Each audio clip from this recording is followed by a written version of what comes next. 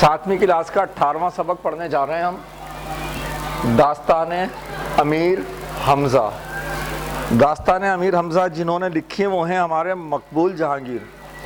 مقبول جہانگیر 1928 میں پیدا ہوئے اور 1985 میں انتقال ہوا۔ دہلی میں پیدا ہوئے، قیام پاکستان کے بعد لاہور آ گئے، مختلف اخبارات اور رسائل سے وابستہ رہے۔ بچوں کے لیے بھی بہت کچھ لکھا جس میں داستان امیر حمزہ اور بوستان خیال کی تلخیص بھی شامل ہے۔ آپ آئیے پیج نمبر 120 پر، سیدھے ہاتھ پر دیکھیے جہاں لکھا ہے داستان امیر حمزہ۔ داستان امیر حمزہ کے بارے میں کہتے ہیں کہ 11ویں صدی میں سلطان محمود غزنوی کے زمانے میں اسے لکھنا شروع کیا گیا اور 800 برس تک لکھی جاتی رہی۔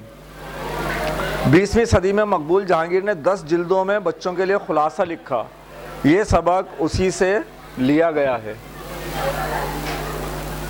پیج نمبر 121 پر آئیے جہاں لکھا ہے نو شیرواں کی بیٹی۔ نو شیرواں کی بیٹی جس میں سے یہ سبق لیا گیا ہے، مقبول جہانگیر کے لکھے ہوئے داستان امیر حمزہ کے خلاصے کی تیسری جلد ہے۔ تمام جلدوں کے نام یہ ہیں: بادشاہ کا خواب، پر اسرار جزیرہ، نو شیرواں کی بیٹی، امیر حمزہ میدان جنگ میں، امیر حمزہ کوہ کاف میں، شداد جادوگر، شہزادہ شہریار، عیاروں کی حکومت، جادو کا شہر اور آخری مہم۔ یہ تمام جلدیں فیروز سنس لاہور سے شائع ہوتی ہیں، یہ تو ان کی پبلسٹی ہے۔ داستان امیر حمزہ دراصل ہے کیا؟ اس کو انگلش کا ایک لفظ استعمال ہوتا ہے،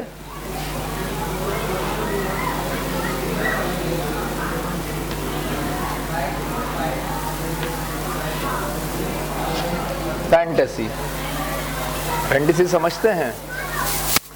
میں کوئی بات خیالات میں سوچ رہا ہوں اور اس خیال کے تانے بانے بنتا چلا جا رہا ہوں، زنجیر سے زنجیر، بات سے بات جوڑتا چلا جا رہا ہوں۔ اگر میں کوہ کاف میں پیدا ہوتا، میں نے سوچنا شروع کیا ہے، فینٹیسی۔ اگر میں کوہ کاف میں پیدا ہوتا اور میں جنوں کے سردار کا بیٹا ہوتا، میرے ماتحت اتنے جن کام کر رہے ہوتے، پورے پرستان کے اوپر میری یا کوہ کاف پہ میری حکومت ہوتی، میں یہ کام کرتا، میں وہ کرتا، میں آنکھ بند کرتے یہاں سے دوسرے ملک میں ہوتا، برف کے پہاڑیں، وادیاں، ایکس وائی زیڈ، بس میں سوچتا چلا جا رہا ہوں اور زنجیر سے زنجیر بنتی چلی جا رہی ہے۔ یہ ہوتی ہے فینٹیسی۔ فینٹیسی میں رہنا، خیالوں کی دنیا میں گم رہنا، سراب، وہم۔ سراب جو بات ہو نا، اس کو آپ سوچ رہے ہو، اس کے پیچھے بھاگ رہے ہو۔ جس طریقے سے صحرا کے اندر دور سے دیکھیں تو ریت چمکتی ہوئی نظر آتی ہے اور ایسا لگتا ہے پانی مل گیا، لوگ بھاگتے ہیں، جب اس جگہ پہنچتے ہیں تو پتہ لگتا ہے پانی نہیں تھا بلکہ یہ تو سراب تھا، یعنی کہ صرف ہمارا وہم تھا، خیال تھا۔ بالکل ایسے ہی آپ کے فینٹیسی کے اندر بھی ہوتا ہے۔ فینٹیسی کیا ہے؟ آپ کی بس خیالات کے تانے بانے ہیں جو آپ بنتے چلے جاتے ہو، زنجیر ہے ایک بنتی چلی جاتی ہے اور آپ سوچتے ہی چلے جاتے ہو۔ اسی ٹائپ کی یہ داستان امیر حمزہ بھی ہے، یعنی کہ یہ خیالی ہے۔ پہلا حصہ دیکھیے۔ 7ویں دن پھر ملا اور جہاز ران روتے پیٹتے امیر حمزہ کے پاس آئے اور کہنے لگے۔ ملا کشتی چلانے والے کو کہتے ہیں۔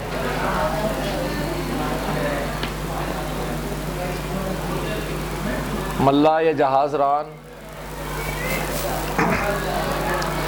اور کہنے لگے، حضور جزیرے کی بلاؤں، ویل مچھلی اور طوفان کے ہاتھوں تو ہم بچ گئے، لیکن اس مرتبہ ہم ایسی جگہ پھنس گئے ہیں کہ جہاں سے بچ نکلنا کسی طرح ممکن نہیں۔ اسے گرداب سکندری کہتے ہیں۔ ہزاروں سال سے اسی جگہ سمندر میں جہاز غرق ہوتے رہے ہیں۔ پانی میں بڑے بڑے بھنور پیدا ہوتے ہیں اور جہازوں کو اپنی طرف کھینچ لیتے ہیں۔ ابھی یہ باتیں ہو رہی تھیں کہ جہازوں کی رفتار آپ ہی آپ بڑھ گئی اور یوں نظر آنے لگا جیسے کوئی غیبی طاقت انہیں گھسیٹتی ہوئی لے جا رہی ہے۔ ہاں، یہ یہ جو جگہ ہے یہ اصل میں پائی جاتی ہے. جہاز جاتے ہیں تو وہاں پر پورے ایسے ہی غرق ہو جاتے ہیں, اور اس کے زمین میں اگر اتر کے دیکھا گیا ہے تو وہاں کچھ بھی نہیں ہے, جیسے عام سمندر کی سطح ہوتی ہے بالکل ایسی ہی سطح ہے, گرداب سکندری. حضور ہمارے جہازوں کو بھنور نے کھینچ لیا ہے. بھنور سمجھتے ہیں نا؟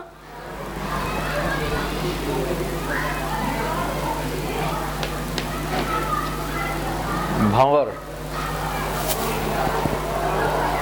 پانی کے بیچ میں بالکل ایسا جیسے آپ بیسن ہوتا ہے نا گھر میں, اس کا منہ بند کیجئے, یا کبھی اس میں پانی بھر جاتا ہے اور پورا بھر جاتا ہے, اسے آپ کھولیں یا اس کے اوپر سے جو چیز سے آپ نے روک کر بند کیا تھا اسے ہٹا لیں.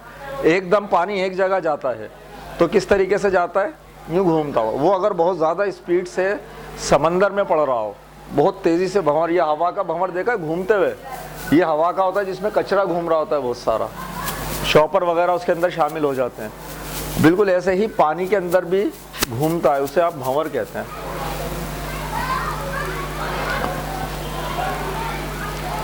اب ان کے بچنے کی کوئی صورت نہیں رہی.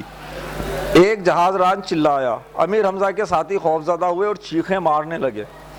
جہاز لٹو کی طرح پانی میں ایک ہی جگہ گھوم رہے تھے اور پانی کا شور اس قدر تھا کہ کان پڑی آواز سنائی نہ دیتی تھی. یکایک امیر حمزہ نے پانی کے بیچوں بیچ ایک بلند مینار دیکھا. یہ مینار کالے رنگ کے پتھروں سے بنا ہوا تھا اور بہت اونچا تھا.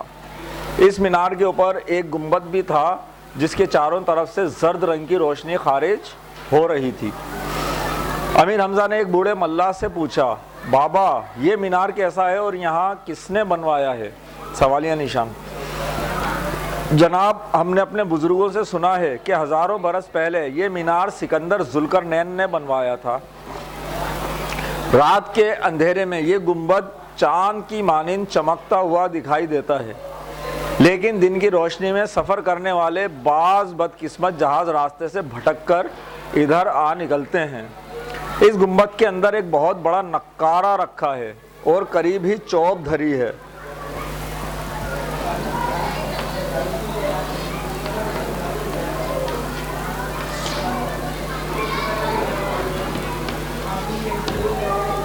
نقارہ اور چوب کوئی بچہ بتا سکتا ہے؟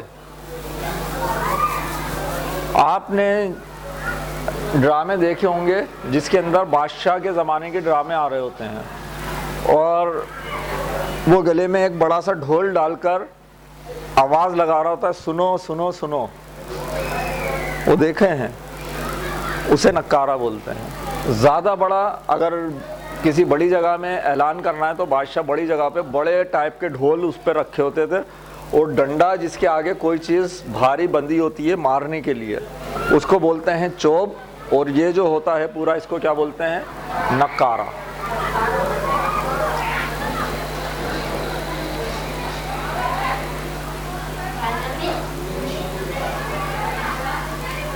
روشنی میں سفر کرنے والے جو شخص گنبد میں پہنچ کر اس چوب سے نقارے پر ضرب لگائے گا, اس کی آواز سے جہاز بھنور سے نکل جائیں گے. اگر جہازوں کو بچانا ہے تو دیر نہ کیجیے, کیونکہ اس مینار کے گرد 7 چکر کھانے کے بعد جہاز ڈوب جاتے ہیں. فوراً گنبد پر پہنچ کر نقارہ بجائیے. یہ سن کر امیر حمزہ نے مینار کی بلندی کا اندازہ لگایا اور جہاز کے مستول پر چڑھنے کے ارادے سے آگے بڑھے.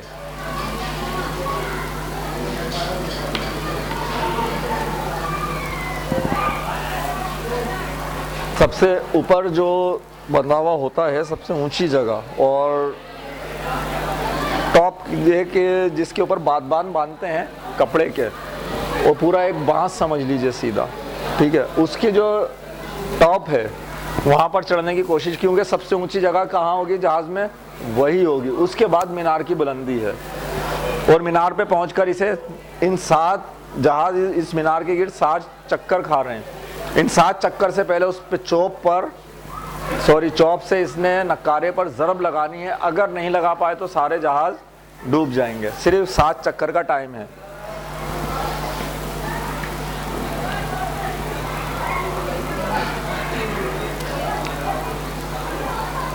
فوراً گنبد پر پہنچ کر نقارہ مستول پر چڑھنے کے ارادے سے آگے بڑھے. ان کا خیال تھا کہ مستول پر سے چھلانگ لگا کر مینار تک پہنچنا کچھ مشکل نہ ہوگا. اتنے میں عمرو سامنے آیا اور کہنے لگا, اے امیر حمزہ, میرے مقابلے میں تمہاری جان قیمتی ہے. ایسا نہ ہو کہ تم مینار تک پہنچنے کی کوشش میں اپنی جان سے ہاتھ دھو بیٹھو, پھر ہم کسے اپنا سردار بنائیں گے. میں چاہتا ہوں کہ تمہاری بجائے میں مینار پر چڑھ جاؤں اور نقارہ بجا دوں. امیر حمزہ حیرت سے عمرو کا منہ دیکھنے لگے. انہیں گوارا نہ ہوا کہ عمرو کو جانے کی اجازت دیں, مگر مقبل نے سمجھایا کہ عمرو نہایت پھرتیلا اور چست و چالاک ہے, وہ آسانی سے گنبد میں جا پہنچے گا. یہ سن کر امیر حمزہ نے عمرو کو اجازت دے دی. اب عمرو نے اپنی عادت کے مطابق کہا, اے لوگو,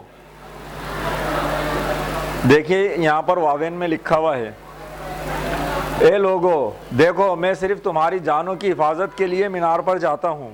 اگر میں کامیاب رہا اور واپس آ گیا تو تم مجھے کیا دو گے؟ یہ عمرو کی عادت تھی, بغیر پیسوں کے کوئی کام کرتا نہیں تھا. تم مجھے کیا دو گے؟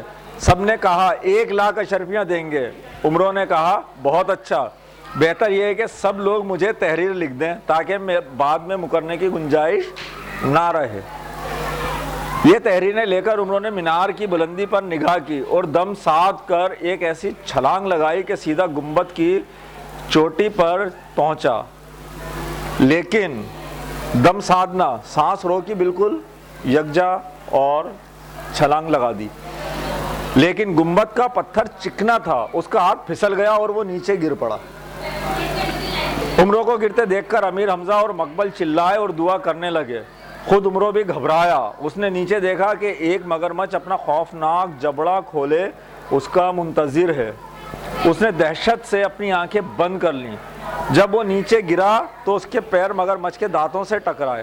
اس نے پوری قوت سے ایک اور چھلانگ لگائی اور اس مرتبہ گنبد کے اندر پہنچ گیا. اس کی اس پھرتی اور تیزی پر جہاز کے ہر شخص کے منہ سے تعریف کا کلمہ بلند ہوا. بالکل ایسی کوئی فلم چل رہی ہے جس طریقے سے ہم لوگ کارٹون میں دیکھتے ہیں, ہے نا. کارٹون بھی فینٹیسی پر ہوتے ہیں کہ وہ کارٹون نیچے گر رہا ہے, بالکل مگرمچھ ہے, مگرمچھ کے پاؤں پہ اس نے لات ماری اور واپس اچھل گیا اس کی طاقت سے, ہے نا. اسی لیے اس کو کیا بولا ہے, فینٹیسی ہے یہ. گنبد کے اندر ایک نقارہ اور اسے بجانے والی چوب رکھی تھی. عمرو نے دونوں ہاتھوں سے چوب اٹھائی اور نقارے پر دے ماری. چوب کا نقارے پر پڑنا تھا کہ ایک ہولناک آواز پیدا ہوئی. عمرو وہیں بے ہوش ہو کر گر پڑا. یہ آواز میلوں تک سنی گئی. سمندر کی تہہ میں رہنے والے لاکھوں جانور اور مچھلیاں سطح پر آ گئیں اور انہوں نے جہازوں کو بھنور سے نکال دیا. اس کے بعد جہاز تیزی سے روانہ ہوئے اور چند روز کے اندر اندر ایک خوبصورت جزیرے کے پاس پہنچ گئے. ملاحوں نے امیر حمزہ کو بتایا کہ اس جزیرے کو سرندیپ کہتے ہیں. یہ پہلا حصہ تھا. اب ہمارے پاس دوسرا حصہ. اچھا, آپ کو سبق پڑھتے ہوئے جو کام کرنا تھا وہ میں بتانا بھول گیا. ایک تو آپ کو تمام کرداروں کے نیچے لائنیں کھینچنی ہیں, صحیح ہے, بس یہی ایک کام دیا ہوا ہے اس میں. دوسرا حصہ شروع ہو رہا ہے. یہ لوگ تو وہاں پر پہنچ گئے. اب ہمارے پاس جو حصہ شروع ہو رہا ہے اس میں ہے عمرو کو ہوش آ گیا. جب عمرو کو ہوش آیا تو اس نے اپنے آپ کو گنبد کے فرش پر پڑا پایا. نقارہ وہیں رکھا ہوا تھا اور وزنی چوب عمرو کے سینے پر دھری تھی. عمرو نے بڑی مشکل سے چوب کو سینے سے ہٹایا اور اٹھ کر گنبد سے باہر جھانکا. دور دور تک چاروں طرف سمندر ہی سمندر تھا. عمرو نے امیر حمزہ کے جہازوں کو وہاں نہ پایا تو خوش ہوا کہ ان کی جان بچ گئی. لیکن اس کے دل میں یہ خوف بھی تھا کہ وہ خود اس گنبد سے کیوں کر سلامت نکلے گا. اس نے گنبد کو اچھی طرح دیکھا بھالا کہ شاید اس میں کوئی خفیہ راستہ ملے, مگر بے فائدہ. اب تو ایڑیاں رگڑ رگڑ کر بھوکا پیاسا مرنے کے سوا کوئی چارہ نہ تھا. دن ایک ایک کر کے گزرنے لگے. بھوک اور پیاس کے ہاتھوں عمرو کی حالت بگڑتی چلی گئی۔ پہلے تو اٹھ کر گنبد کے اندر ہی چل پھر لیتا تھا، مگر کمزوری بڑھ جانے کے بعد ہر وقت گیلے فرش پر پڑا رہتا۔ ایک روز شام کے وقت جبکہ عمرو اپنی آخری گھڑیاں گن رہا تھا، گنبد زور زور سے ہلنے لگا اور پھر اس کی ایک دیوار پھٹ گئی۔ اس میں سے روشنی کا ایک پیکر نمودار ہوا۔ یہ پیکر کسی انسان کا تھا۔ اسے دیکھ کر عمرو کے دل کی حرکت تیز ہو گئی۔ آنے والے نے کہا، اے امیہ کے لڑکے، تجھ پر سلام۔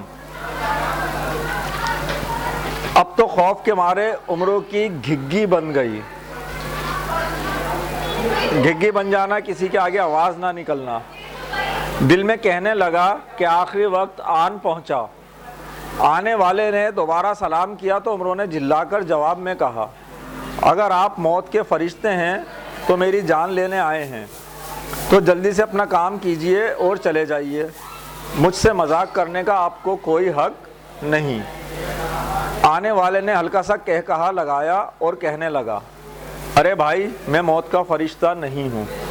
یہ سن کر عمرو نے غور سے آنے والے کی طرف نظر کی۔ کیا دیکھتا ہے کہ ایک بڑے میاں جن کی برف جیسی لمبی داڑھی ہے، محبت کی نظروں سے اسے دیکھ رہے ہیں۔ ہاتھ میں لکڑی کا ایک عصا تھا اور سر سے پیر تک سفید براق لباس پہن رکھا تھا۔ لکڑی کا عصا۔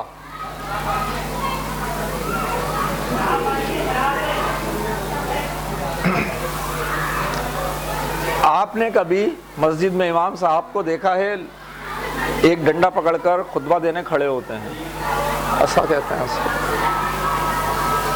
چھڑی سمجھ لیجئے، چھڑی میں اوپر بھی بنا ہوتا ہے، سیدھا ڈنڈا۔